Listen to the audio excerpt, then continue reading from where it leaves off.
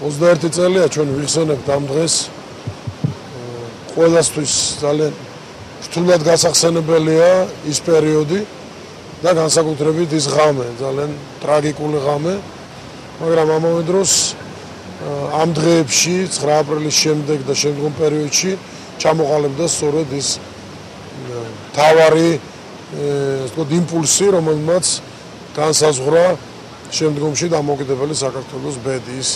ჩვენ ჩამოვედი, რომ პატივი მივაგოთ იმ ადამიანებს, რომლებიც 21 წლის წინ შიშველი ხელებით ებრძოდნენ რუს ოკუპანტებს, მათ თავგანწირვაზე და მათ გმირობაზე დგას დღეს ჩვენი სახელმწიფო, მათ სიცოცხლეს თუჭად არ ჩაუვლია და ჩვენ აუცილებლად გავაგზავნებთ მაგზავს ესეთი ადამიანები, რომ არსებობენ ამ ქვეყანაში, ზუსტად ამიტომ არსებობს დღეს ჩვენი ქვეყანა.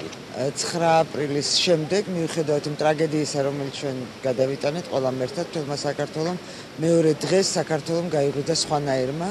ჩვენ ვიცოდით, რომ ჩვენ უკან დასახელი გზა არ გვაქვს და თავისუფლებას აუცილებლად მივაღწევთ.